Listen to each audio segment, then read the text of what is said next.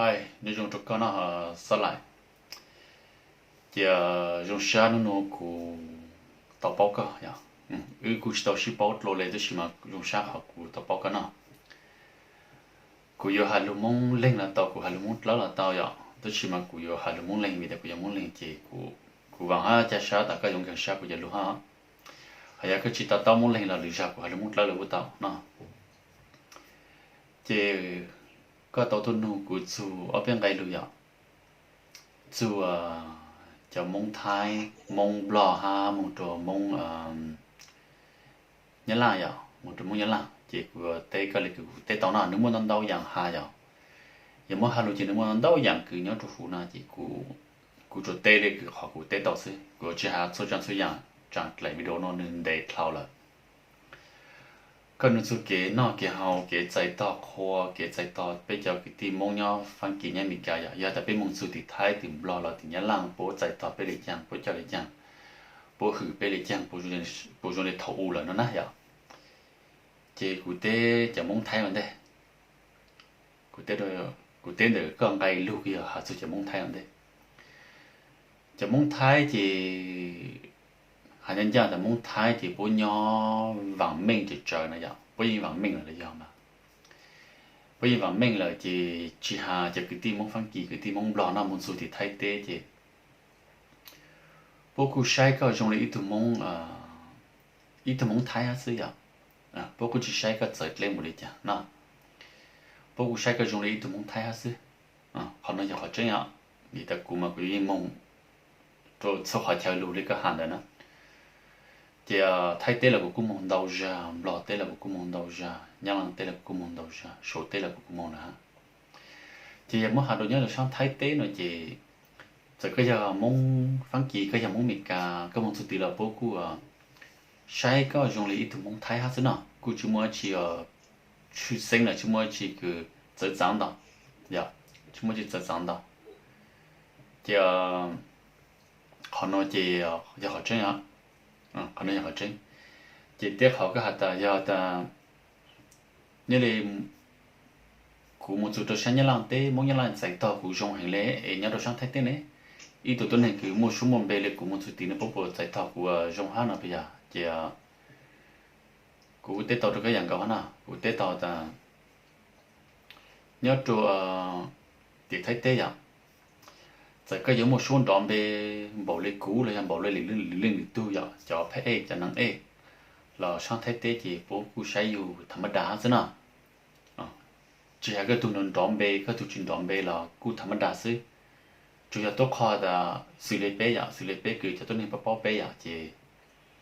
bé ít nhiều một số bé nó mà giờ chỉ bé một số thì chỉ bố hỏi ít nhiều bảo bé giờ bố hỏi ít nhiều sai bé ít nhiều hù bé lên đó thế nào ít nhiều sai bé sai ít nhiều thành trang sau mình này vậy là họ sức vì ta bố bảo bé này vậy bé cụ một số môn bé chỉ bố cụ bảo bé thì bố cụ ít nhiều sai nhiều nữa mà hồi giờ cho cứ chú một số bé lên là chỉ một số tí chỉ một số tí thay nó cụ hạ thay tên nào một số tí thay tên chỉ mong thay cụ sai cái này cứ tôi nên thầm đa thua bài thế nào cụ chú một chỉ tự rằng chỉ là chỉ cái lò gì thay tên nào của họ thay tên vấn đề à họ tự cái lò gì nhớ đến cái thay là chỉ nếu cứ cái lò gì biết cho tên đấy à nếu cứ ok đấy mà nếu chúng bảo đấy chẳng hạn nếu cứ nhớ ta ok xí ta lên đó chứ thì thay tên thì của tên nó có sự họ sự kiến là cái hậu nhớ thay tên là chỉ cho cái khỏi dùng hay nào cái có một sự thay tên cái nó cái hậu cái tàu cái thế hỏi à cái bự thay tên bỏ tên nhân làm tên chỉ thay tên là thi y nào thay tên nào thi y kìa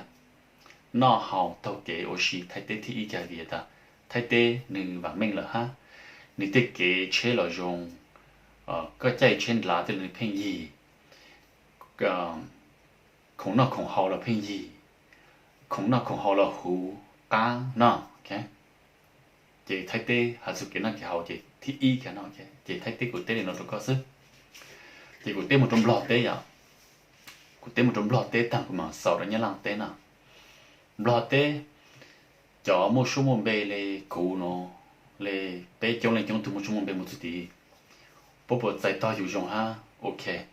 lo tế chăng cho thay tế nào lo tế chăng cho thay tế là bộ cụ giải to dù cụ dùng ha bộ cụ sai dù nhau tụi ít thành sa ha thì khả năng họ trên nào khả năng họ trên ha tức là cụ trình bảo để chẳng ha cụ chủ yếu chăng cho thay tế mình thế nào ok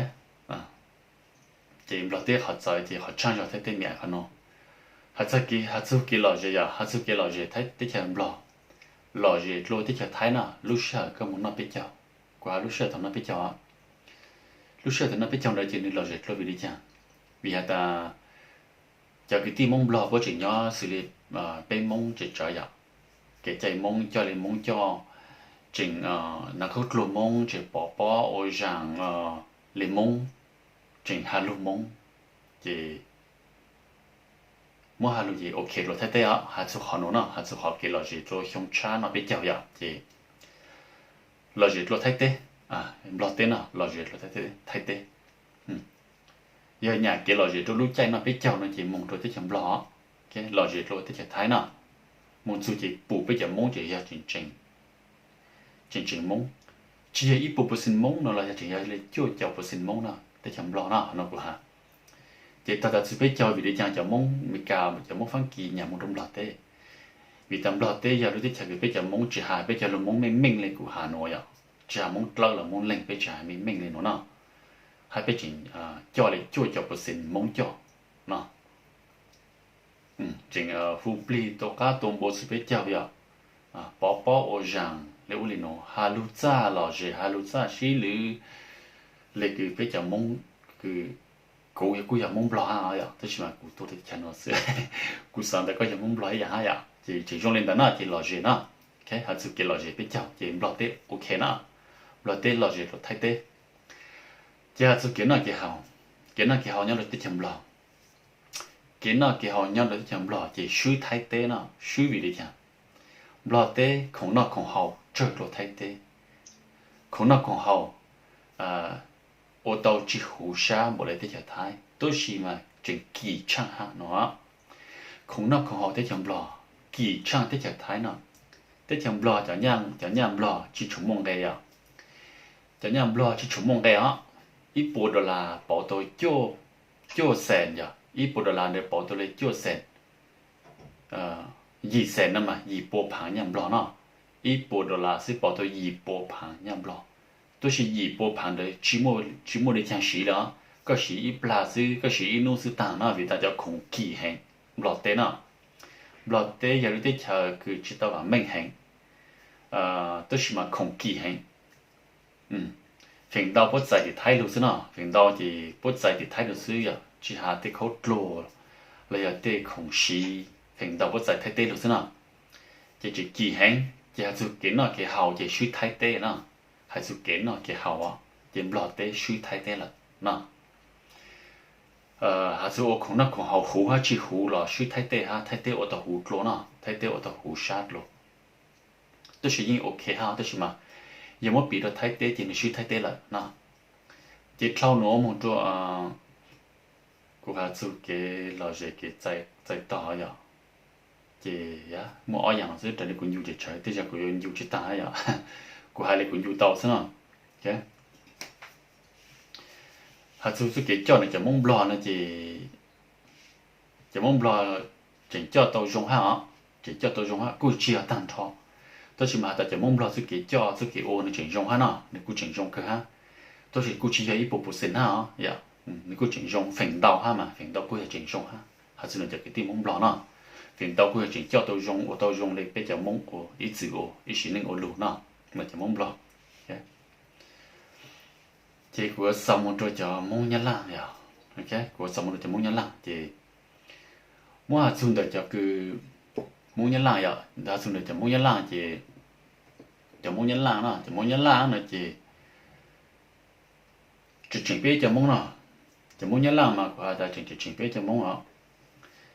mong nhớ lang nó chỉ của hai nhân cha ta một của hai đâyคือเขากูปูเขากูต้องมองลุยอ่ะchút cái cho cái ô cái nhỏ cái nó cái hào muốn nhớ là chỉ chỉnh giấy cho chỉnh mông ta nó một của hà thì thi nữa mà hà sẽ cái cho nó cái ô nó cái cho cái ô nó cho mong nhá làm thì cũng muốn hà tại thi nó thi cái là thi tăng cho này bây giờ mong nhau đồ blood tên nó cũng muốn thi nó mong nhá làm vì để chẳng cũng muốn thi mong nhá làm chỉ cho lại bây giờ mong cho chỉnh chỉnh lên nó cho lại mong cho nhau lại mong nhau ô lại mong ô chỉnh chỉnh là mong nhá làm nó ok vì ta bố chỉnh cho bố tụi chị bự phèn đau cái na phèn đau bố chỉ cho tao dùng hàng bố dạy tao khó dùng hàng bố bị gì ta chỉ hạ cụ tụi mua xuống bề nó là do có tụi cái chỉ mua xuống bề có một chút tiền nhàn lắm bố dạy tao có dùng hàng na có bố dạy tao có dùng hàng dạy tao có chỉ hạ phải có chỉ hạ lăng chỉ là xí lệ có gì tụi này mong dạy tới chờ mong xứ bố dạy tao có dùng hàng họ nó của hà lại cái của mong lưu lại cũng chỉ cũng là của hà lại cũng là tu cũng chỉ của bù của bao luôn ok thì cũng chỉ tao tại có mong xứ là bố yên dạy tao có dùng hàng lệ na chủ có bao tại cái gì tụi này ít tụi cái tim mong lưu tới chờ mình cả lúc gì bố dạy tao có dùng hàng lệ họ nói họ chân ok chỉ tụi cái dạy tao khô này chỉ mong nhớ là dạy tao dùng hàng na mong nhớ là dạy tao dùng hàng lệ phèn đau cái này nó buổi sáng ta chua chậu gì phèn bùa nó mong nhớ làm chuyện nhà chậu dùng nó chua chậu gì phèn bùa trôi lúc sau ta chỉ nói sao cụ chỉ bảo ta cầu dùng tận đây là mong nhớ làm bây giờ lỗ mong dùng để lì giảm mong cứ mua tiền tôi nên phải tôi nên dùng để này cụ chỉ bảo nó chỉ lúc sau ta chỉ nói cũng được hà nó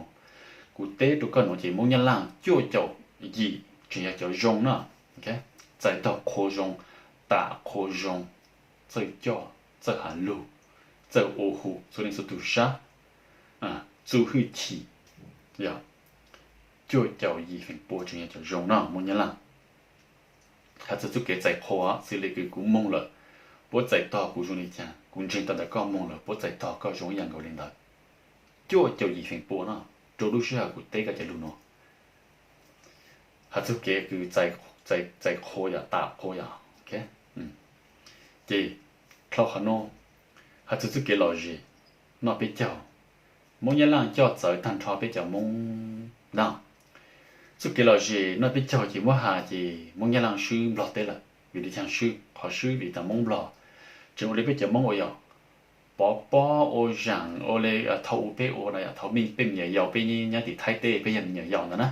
để chỉ lò gì là họ nè muốn nhớ là có chỉ nói biết chào lên đời nó muốn nhớ là thì tự biết chào thì mong chọn bỏ thì bố chỉ bỏ cho chơi lưu cho sao bỏ thế nào tại đây cũng mong của bỏ thì nhớ thì điện biên đồng nhá điện biên đồng sẽ bù đấy như bỏ thế nào về điện biên đồng nè sẽ như bỏ xứ phèn đâu có một chỗ tới chờ nhớ lang cho mong nhớ lang nhớ rồi lần đầu hỏi chơi phèn đâu nó bố chỉ bỏ này nó có một số chỉ một số chọn bỏ thì bố mua khủng no bố mua khâu lô mua nó bố một chiếc sai bố một chiếc rượu bố một ô xì thế nè bố chỉ một cái bỏ lấy để chấm lò nó thì cái lò gì bỏ nó chỉ sưu lọt tê nó họ sẽ cái sự biết chọn nè sưu lọt tê là thấy tê là sưu nhớ làm tê là sưu lọt tê nào ok thì họ nói chỉ cú tôi tê cái này nói ya cú tê chả cú tê cái chỉ lúc chỉ tăng ya cú tê tất cả toàn tê là cái tao sáng chứ thì của hai mình là cái tao nó đó ta cái nó cái hậu dùng này ya cái oxy là dùng này ya họ tự là cái nó cái hậu nhớ được sang nhớ làm tê ya cái nó cái hậu nhớ làm tê là cú kỳ ha nếu cú kỳ vô lâu ya thì lo ha chỉ thế nên đó họ tự giống mỏ tê nhớ được tê nhớ làm nó giống mỏ nhớ được tê nhớ làm thì cũng chụp khen cả cũng chỉ chuẩn nhà của họ lúc đó ta nó chỉ là ta chỉ hú chỉ là ta chỉ cá nó yên hú cơ yên căng cơ tôi chỉ cũng chỉ nhà thế chẳng nhớ là cho rau cho mỏ cái bộ ổ hả cũng chỉ nhà vì ta bộ nọ thật sợ này à bộ nọ thật sợ bộ chỉ nọ này bên nọ nè bộ chỉ nọ này cho mông bò mông thái nọ nè bộ nọ bộ thật sợ bộ thật sợ thì cũng mông nhớ là thế là đâu cho nó cũng chỉ nhà nó cũng chỉ nhà rau mỏ nhớ là thế hay nhân dạng cũng chỉ nhà chỉ tao xài tao ta要chỉ cá chỉ tao xài tao ta chỉ hú sa chỉ cho nó tôi chỉ cũng được khen cũng chỉ nhà xem nào cú chỉ bỏ hạt đi chăng ya cú chỉ nhà bỏ cho giống mỏ nào cú chỉ nhà lên một số nhà làm tới để nọ cho nọ mỏ thì cú làm nọ thế nào hạt nhân chè để cú làm nọ của sát chết lang xí ya tôi chỉ cú chỉ nhà nào cú chỉ nhà hạt cho giống mỏ ok thì họ kỳ hay chỉ kỳ hay thì này cú kỳ hả kỳ vô lâuอย่างtìm lo nào thì hạt sự họ cứ nấu nó chỉ hạt sự dạng của hà nấu nó chỉ suy thay thế là giống mỏ nó theo bự kỳ thay thế thì nó hạt sự cái trái mông mông lu sa rong mông lu sa tla mông trái thọ mông trái to khô rong mông tạ khô rong mông nhân lang thì nó thế mông lọ thì nó chỉ là họ sẽ ya cụ sang tại cụ tế mìnhมีnó sẽ càng càng sát cụ chỉ lưu lại ya chỉ cụ tế cái này nó sẽ chỉ cụ tế tất cả vấn đề là cụ yên tao ta hay cụ yên sang tại càng càng sát suy yang là vì ta bé giờ tôi này là cụ hà tôi này bao tan chỉ ta bây giờ hà mua tại bé nó ya bé hà rồi cho rồi cho bé là thật cái tôi này nó này tao là ya vì tại cụ chỉ muốn số cái đại cha thì cụ chỉ tế trở lại đại cái số cụ chỉ cụ tế tất cả vấn đề là cái sát sản đấy cha cái thì cụ hayมีcái tao là chỉ mua sữa chỉ mua xí nào mua xí rồi sang thay tế là dùng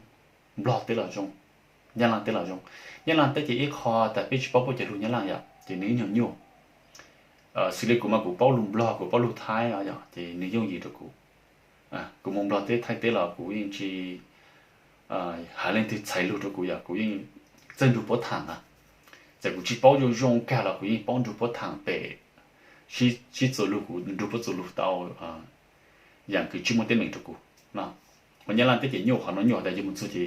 อยู่ชิปอยดูลุงนี้ล่างเลยนะจะอยู่จุดต่ออีตัวไหนมันใช้ดูตัวอยู่อย่าง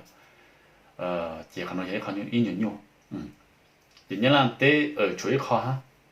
กูให้เขากูมาสาวกูจะรู้น้อยจังกูใจวิโรเดนเดที่ก็ละไม่ละล่างใช่ฮะจุกเก๋สาวเชี่ยใจเชี่ยสาวเชี่ยเป็นสาวไม่จะเชี่ยใจที่พี่ยี่ช่างเปลือยที่เนี่ยตัวไทยเต้น่ะสาวเชี่ยsao chế chạy thay tê phiền gì thì bỏ tê thì nhà làm tê thì bé sai tới nhà làm tê kỹ nó cái sao chế cái một sao chế nhà làm tê nào bố sao inu bây giờ là sao inu chế thầm đa sao inu chế mì thầm đa sao nhà làm tê phèn đầu bố sao inu $1 nó còn nơi phèn đầu á mua cho phiền gì chẳng họ có quân chi ha mua cho cứ lấy sang gì $1 tôi inu vậy nhà làm tê nào sao chế kỹ hành vì đã nhớ được cái nhân lang chế kỳ hành nào chế tung gây ở oja đào lộ cái chợ mỹ cả cái chợ mấy kỳ nào ilu chế mua nhớ được cái chợ mỹ cả giờ nên gầu phẳng mua nhớ được nhân lang tê yo lúa bao chợ phẳng nào thì kỳ hành thì một trong lọ tê là sau kỳ hành cái sau chế inu giờ chỉ cho $1 giờ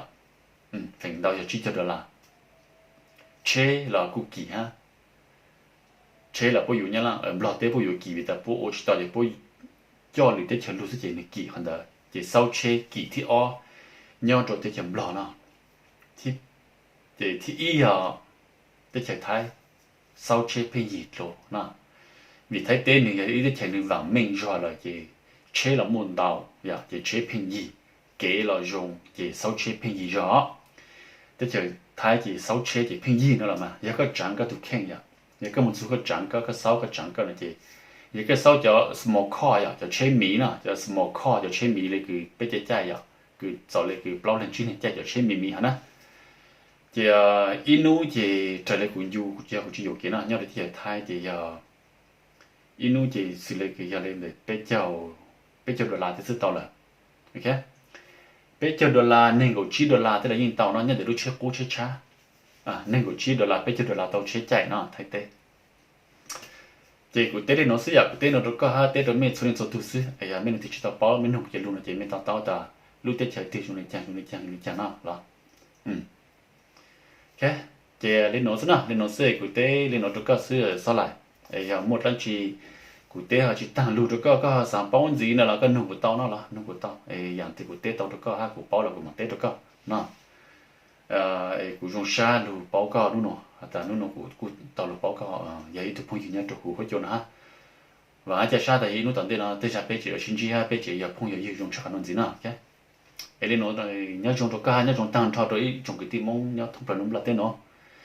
giờ mình thì chỉ ta bao giờ giờ mong nhớ họ thì cũng chút té à lấy cái cũng tụ khen ya cái cũng mong cũng chỉ luôn ya mấy lên từ mong thế mấy cũng chỉ tại họ nói mấy cũng bao giờ họ nói ya tức là cũng té tại họ cũng chỉ cũng bao được cũng tụ khen luôn nó ok nên nó sao là ấy chọn到新机了呢。